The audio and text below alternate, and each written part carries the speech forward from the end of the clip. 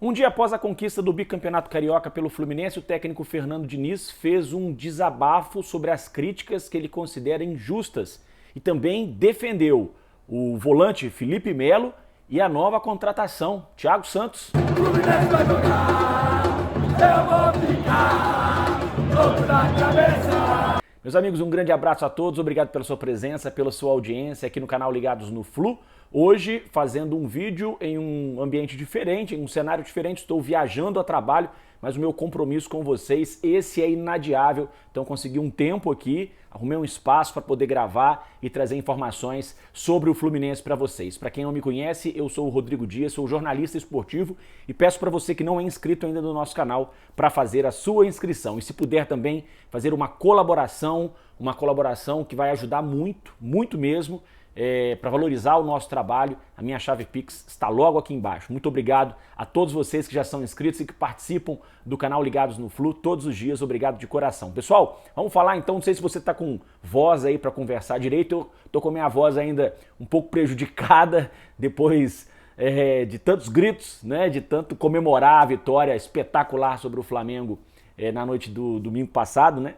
Então eu ainda tô me recuperando, ainda estou tentando voltar à minha rotação normal, inclusive para essa viagem que eu fiz hoje a trabalho, esqueci um monte de coisa para trás, esqueci papel importante, esqueci produtos pessoais, enfim, itens pessoais, uma bagunça danada, acho que a minha cabeça ainda tá no Fla-Flu ainda, não sei se você já voltou à sua rotação normal, eu não voltei, eu só consigo pensar no chocolate que o Fluminense deu no Flamengo na noite deste domingo. Bom, por falar nessa campanha espetacular do Fluminense no Campeonato Carioca, eu queria comentar com vocês aqui que eu assisti alguns programas de TV depois do jogo, assisti hoje pela manhã antes de viajar também, e eu fico impressionado com a capacidade que a imprensa tem de, ao invés de valorizar o trabalho do Fluminense, analisar por que o Flamengo perdeu.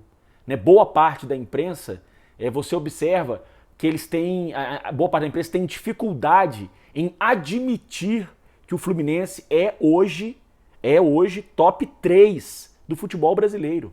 O Fluminense é favorito ao título da Libertadores, é favorito ao título brasileiro, vai ganhar? Não, ele é um dos, é o único favorito, não é isso que eu estou querendo dizer, mas é um dos. O Fluminense hoje é top 3 do futebol brasileiro. Só que a imprensa não consegue colocar, ela não consegue admitir isso. A imprensa não aceita. A imprensa tem preconceito com o Fluminense, sabe? Então eu queria dividir isso com vocês, porque me chateia muito. Eu sinceramente, eu tô parando de assistir programa de TV, porque, assim, os caras, eles analisam da forma como eles querem. Então eu prefiro ficar aqui na minha análise.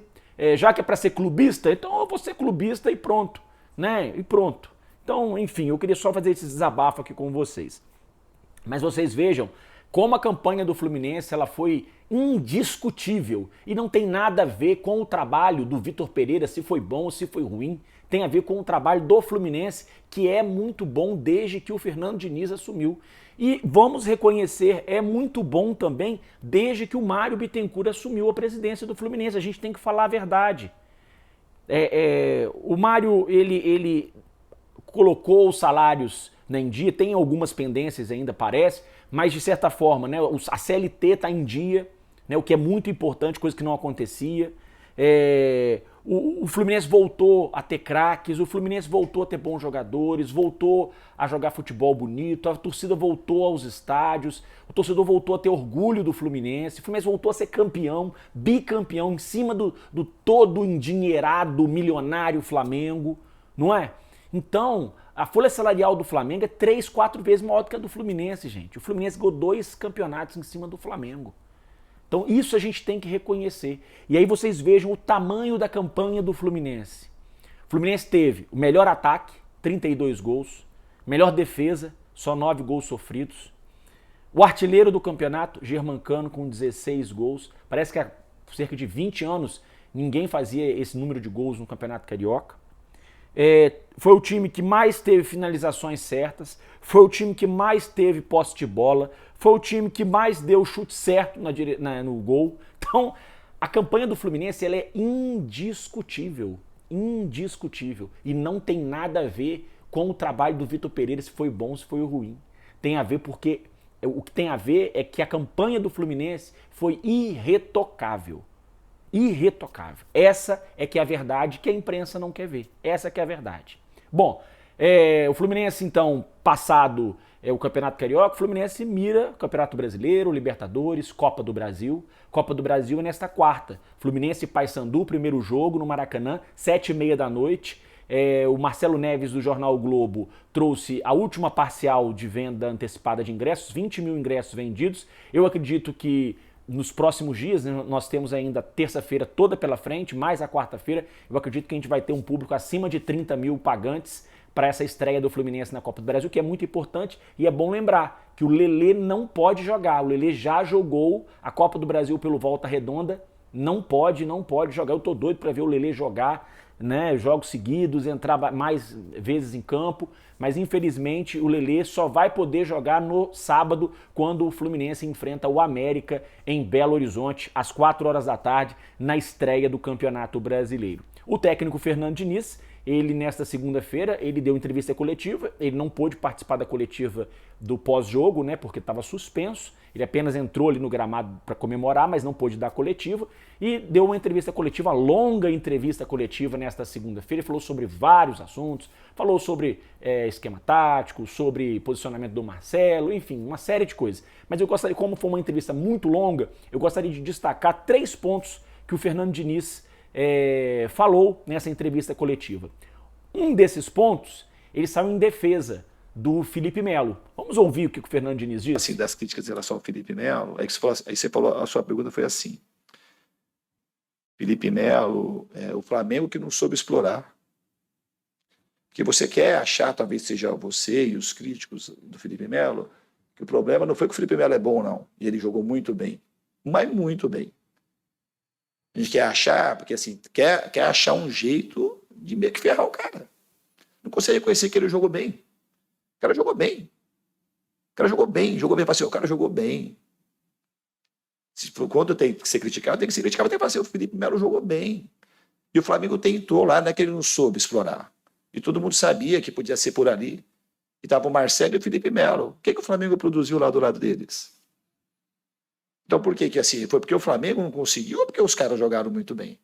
Você acha que eu estou aqui e não estou vendo o Felipe Melo treinar? E eu sou incapaz de ver que o Felipe Melo não tem condição e boto, porque para ferrar o Fluminense, para me ferrar, para ferrar o próprio Felipe Melo.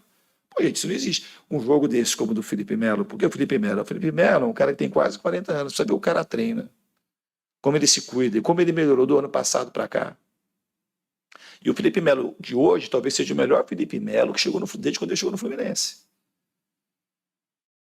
Se você vê a atuação do Felipe Melo, pega aí do começo, quando ele chegou, se ele fez alguma partida melhor do que ele fez ontem. E lá no jogo teve o erro que eu achei falta, de gente que não achou falta, mas era uma jogada que a gente poderia ter corrigido ali, para não ter saído do gol lá no Peru, e já ficou aquele negócio. O Felipe Melo, não, o cara tinha acertado 3 bolas de 60 metros, que ninguém fala quase. Que é uma coisa assim especial, um talento do cara. Isso não quer dizer que o Felipe Melo vai ser titular absoluto, que ele vai jogar. Porra, o Felipe Melo está perto do fim. Mas a gente não tem a mínima boa vontade. Quando quer pegar um para Cristo, isso. E quando pega garoto, acaba. É que o cara tem estofo. Então, com todas as críticas, estava tudo em cima dele e de mim. Porque eu escalei. O Fernando Diniz, ele tá certíssimo quando ele sai em defesa do jogador dele. Ele tem que fazer isso mesmo. Ele tá corretíssimo. E aqui no canal, eu sou uma pessoa assim que eu tenho uma opinião um pouco diferente do Fernando Diniz. Mas eu disse no sábado à noite, quem acompanha o meu canal sabe, no sábado à noite eu disse, gente, não vamos criticar, vamos dar força pro Felipe Melo, vamos dar força pro Diniz, vamos confiar no Fernando Diniz, ele que é o nosso treinador. Eu falei isso no meu canal. Quem acha que eu tô falando agora depois do jogo, não. Pega o meu vídeo de sábado à noite, eu falo isso. Né, que era pra gente dar uma chance aí pro Diniz, confiar no Diniz, no Felipe Melo. E eu acho que o Felipe Melo fez sim um bom jogo.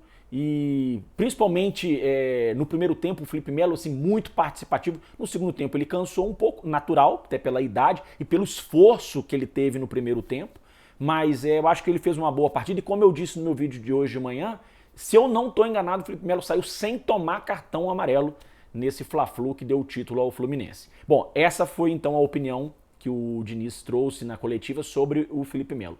Ele também falou sobre o Thiago Santos, que é o novo reforço do Fluminense. Muita gente criticou, muita gente questionou.